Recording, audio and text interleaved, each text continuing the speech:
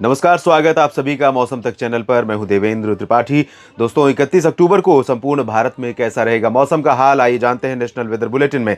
Cyclonic जो satellite तस्वीरें हैं उसके अनुसार आप देखें तो मध्य भारत में इससे पहले पश्चिम से बादल उठे और मध्य भारत में तमाम जगहों पर, साथ ही साथ उत्तर प्रदेश के ऊपर और बिहार के ऊपर भी बादल पहुंचे हैं, जिनसे मैं बार बार यही कह रहा था कि जिनको देख करके आपको हो सकता है कि ऐसा अंदेशा हो कि शायद बारिश होने वाली है, लेकिन इन बादलों से बारिश की उम्मीद ना करें, क्योंकि ये इनकी जो जहां पर ये बादल बन रहे हैं, जिस ऊंचाई पर, उस ऊंचाई पर बनने वाले बादल आमतौर पर बारिश नहीं देते हैं। बारिश देने वाले बादल ये इस हाइट के हैं जो यहाँ पर निश्चित तौर पर साउथ पेनिनसुलर रीजन पर नॉर्थ ईस्ट मानसून को एक्टिव कर चुके हैं और लगातार यहाँ पर दक्षिण भारत के क्षेत्रों में कई राज्यों में बारिश की गतिविधियां बढ़ रही हैं। उत्तर भारत के भागों पर 1 नवंबर से एक नया पश्चिमी विक्षोभ दस्तक देने वाला है, जिसके चलते जम्मू कश्मीर, हिमाचल प्रदेश और उत्तराखंड समेत पहाड़ों पर बर्फबारी और मैदानी इलाकों के मौसम में बदलाव भी देखने को मिलेगा। लेकिन फिलहाल 31 अक्टूबर को कैसा मौसम रहेगा समग्र भारत में, आइए जानते हैं इस बुलेटिन में।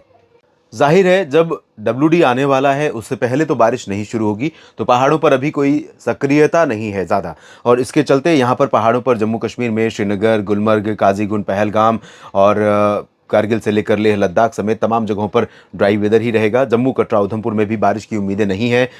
हिमाचल प्रदेश में डलहौजी, धर्मशाला, ऊना, चंबा, शिमला, इन सभी जगहों पर सामान्य मौसम रहेगा। मौसम साफ और शुष्क रहेगा, बारिश नहीं होगी, बर्फबारी भी नहीं होगी अगले 24 घंटों में। उसके बाद मौसम बदलेगा। 1 नवंबर से नए महीने से नई शुरुआत होगी मौसम की, और यहाँ पर जो ठंडक है वो सामान्य के आसपास रिकॉर्ड की जा रही है। जम्मू कश्मीर में कई जगहों पर, काजीगुंड, श्रीनगर और आसपास के कुछ हिस्सों में 3-4 डिग्री के आसपास पारा जो है रिकॉर्ड किया जा रहा है, मिनिमम टेम्परेचर रिकॉर्ड किया जा रहा है। उत्तराखंड में भी शुष्क मौसम रहेगा लगातार, और पंजाब, हरियाणा, दिल्ली तथा पश्चिमी उत्तर प्रदेश के भागों में, ये पंजाब का जो फजिल्का और पटियाला तक का रीजन है, और यहाँ पर कैथल और करनाल, सोनीपत और आसपास का हिस्सा है, रोहतक और दिल्ली तक का, साथ ही साथ पश्चिमी उत्तर प्रदेश का, इन भागों में उत्तरी दिशा की हवाएं तो रहेंगी, जिसकी वजह से इन भागों में सुबह का मौसम ठंडा रहेगा और हो सकता है कि ओस की बूंदें ज़्यादा दिखाई दें खेतों पर, पार्क में, घासों पर। लेकिन बाकी जगहों पर नीचे की तरफ चलेंगे, फजिल्का, फरीदकोट, मुक्तसर साहिब, बरनाला, मोगा और आसपास के इलाके, भटिंडा, मनसा, संगरूर और साथ ही हिसार, सिरसा, फतेहाबाद से लेकर रोहतक के नीचे चरखी दादरी, झज्जर, महेंद्रगढ़, रेवाड़ी, गुरुग्राम, फरीदाबाद, पलवल, नूंह, इन सभी भागों में ड्राई वेदर और हवाओं का रुख थोड़ा सा बदला हुआ रहेगा। थोड़ी यहाँ पर कह सकते हैं कि धुंध सी रहेगी, बहुत क्लियर धूप नहीं रहेगी। राजस्थान के पूरे रीजन में, पूर्वी और पश्चिमी भागों में इसी तरह का मौसम रहेगा। राजस्थान में बारिश भी कम हो रही है और तापमान में गिरावट भी इस बार कम देखने को मिल रही है। अधिकांश जगहों पर अभी जो है न्यूनतम या अधिकतम तापमान सामान्य से ऊपर ही रिकॉर्ड किया जा रहा है, तो अभी सर्दी का वो एहसास यहाँ पर नहीं हुआ है जो उत्तर भारत के पंजाब के कुछ शहरों में, हरियाणा और उत्तर प्रदेश या दिल्ली में लोगों को होने लगा है, जिस तरह से तापमान में यहाँ पर गिरावट है, क्योंकि यहाँ पर थोड़ा सा कंसिस्टेंसी रही है, निरंतरता रही है उत्तरी दिशा की हवाओं में। यहाँ पर ज़्यादातर समय या तो पश्चिमी हवाएं चलती रही हैं, या सर्कुलेशन रहने के कारण अरब सागर से थोड़ी सी नमी आती रही है, तो यहाँ पर बहुत धुंधला मौसम रहा है अभी तक और अभी रहेगा।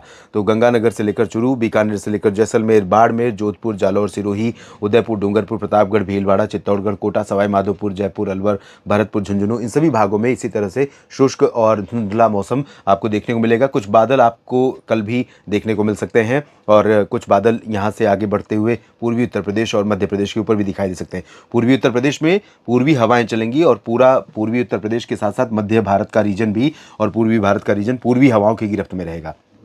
ये जो हवाएं आ रही हैं, इसमें कुछ इनपुट बंगाल की खाड़ी का है, कुछ अरब सागर का है, तो हायर लेवल पर मॉइस्चर जो है हवा में उठ रहा है, और इस मॉइस्चर के चलते यहाँ पर कुछ बादल बन सकते हैं बिहार में भी, झारखंड, पश्चिम बंगाल के ऊपर भी, लेकिन ये बादल बारिश देने वाले नहीं है। Similar weather condition Uttar Pradesh के पूर्वी भागों में रहेगी, लेकिन ये जो रीजन है यहाँ पर तापमान में थोड़ा सा, न्यूनतम तापमान में हल्की बढ़ोतरी रहेगी, मामूली बढ़ोतरी रहेगी, जैसे कह सकते हैं आधे डिग्री या 1 डिग्री सेल्सियस का अंतर आएगा, और इसके चलते यहाँ पर थोड़ा सुबह की सर्दी में थोड़ा कमी कई जगहों पर देखने को मिल सकती है। किसी पर्टिकुलर रीजन में जहाँ वाटर बॉडीज़ हैं, यानी पानी के जलाशय आसपास हैं, झीलें, तालाब या नदियाँ हैं, उन जगहों को छोड़कर सामान्य मैदानी क्षेत्रों में इसी तरह का मौसम रहेगा। पूर्वोत्तर भारत में भी शुष्क और साफ मौसम की संभावना है, और जैसा कि मैंने कहा कि जो मध्य भारत का रीजन है, गुजरात और मध्य प्रदेश का, छत्तीसगढ़, उड़ीसा का, इन भागों पर थोड़े बादल दिखाई देंगे। मध्य प्रदेश पे खास तौर पर सेंट्रल पोर्शन में और कल भी आपको ऐसा लग सकता है कि ये बादल बारिश दे सकते हैं, लेकिन ऐसा होगा नहीं। ये बारिश वाले बादल नहीं होंगे, पूरी तरह से साफ और शुष्क मौसम ही रहेगा। मध्य प्रदेश में ग्वालियर, गुना, शिवपुरी, भिंड, मुरैना, दतिया, नीमच, रतलाम, धार, मंदसौर, खरगोन, खंडवा, उज्जैन, इंदौर से लेकर बैतूल, भोपाल, विदिशा और सागर से लेकर टीकमगढ़, खजुराहो, पन्ना, सागर, सतना, रीवा, सीधी, सिंगरौली, उमरिया, शहडोल, अनूपपुर, डिंडोरी, मांडला, बालाघाट, होशंगाबाद, छिंदवाड़ा, सभी जगहों पर मौसम शुष्क बना रहेगा। गर्म थोड़ा सा दिन में होगा और रात में भी बहुत ज़्यादा अच्छा प्लेजेंटली कूल नहीं होगा, कंफर्टेबल यानी आरामदायक मौसम जरूर रहेगा। छत्तीसगढ़, उड़ीसा में भी इसी तरह के मौसम की संभावना अधिकांश शहरों पर नजर आ रही है।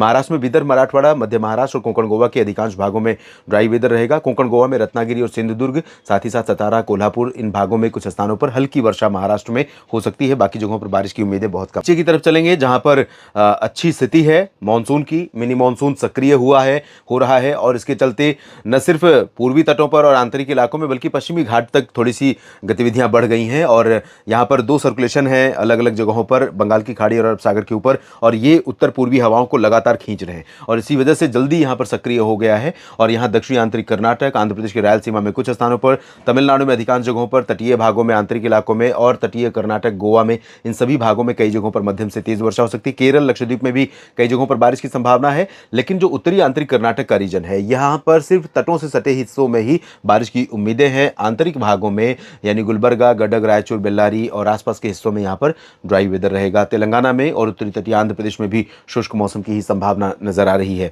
यहाँ पर अंडमान और निकोबार द्वीप समूह की स्थिति देखें तो यहाँ भी, क्योंकि जो भूमध्य रेखा के ऊपर का रीजन है, मैंने बताया था इससे पहले के बुलेटिन में कि 5 डिग्री ऊपर 5 डिग्री नीचे का जो हिस्सा है भूमध्य रेखा के पास का, वहाँ पर काफ़ी सक्रियता है पूरे ग्लोब में। और इसी वजह से यहाँ पर भी अंडमान व निकोबार द्वीप समूह में भी कई जगहों पर बारिश होने के आसार दिखाई दे रहे हैं। इस बुलेटिन में फिलहाल इतना ही। मेरे साथ जुड़े रहिए इसी तरह से और साथ ही साथ अपना ख्याल रखिए। मौसम के इस बदलाव के चलते कई बार थोड़ी सी लापरवाही में लोग प्रभावित हो जाते हैं और कोल्ड यानी सर्दी जुकाम से शुरुआत होती है और बुखार फिर पकड़ लेता है। और वही स्थिति इस समय देश में तमाम जगहों पर तमाम लोगों के बीच में देखने को मिल रही है। तो थोड़ा ख्याल रखें, नेचुरल चीज़ें अपनाएं, आयुर्वेदिक चीज़ें अपनाएं, जिसमें अगर हम बात करें गिलोय की, तो गिलोय बहुत उपयोगी औषधि है जिसका इस्तेमाल बहुत बड़े पैमाने पर कोरोना के दौरान हुआ था और इसके फ़ायदे, इसके लाभ लोगों ने देखे भी थे।